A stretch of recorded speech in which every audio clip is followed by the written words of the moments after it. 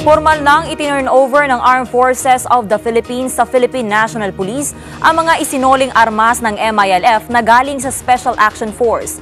Ayon kay DILG Secretary Mar Rojas, ito ay magandang pagkakataon para maipakita ng MILF ang uri ng pamamahala, lalo na sa issue ng peace process. Apila naman ni Acting PNP Chief Deputy Director General Leonardo Espina, bukod sa iba pang armas, kailangang isuko ng MILF ang teroristang si Basit Usman. Kumuha tayo ng karagdagang detalye mula kay Erwin Temperante na ngayon ay nasa Campo Aguinaldo sa Quezon City. Erwin?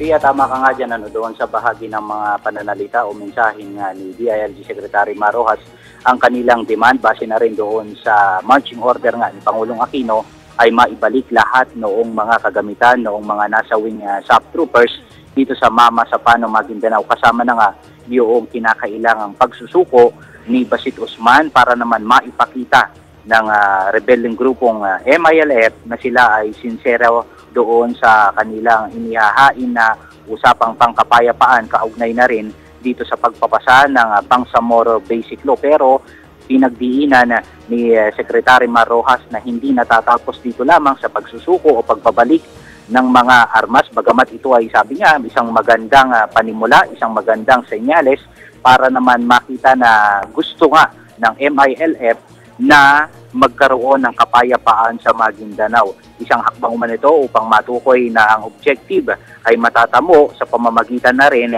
ng pagkuha nga dito kay Basit Usman, at umaasa sila na makatutulong ang ginawang hakbang na ito ng MILF. Nung tanungin naman kanina ang PNP kung sila ba ay naniniwala na kanilang mga armas ito ay daraan naman, sinabi nga mismo ni OIC Chief PNP Deputy Director General Leonardo Espina na daraan doon sa masusing pagsusuri, sa masusing pag-aaral mula doon sa MR. Ito ay doon sa memo of sinasabi nga na responsibility kung kanino ito naka-MR o kung kanino ito naka-issue, ano yung serial number, para matiliyak na walang nabago, walang nabawas at walang napalitan doon sa mismong gamit o doon sa mismong baril.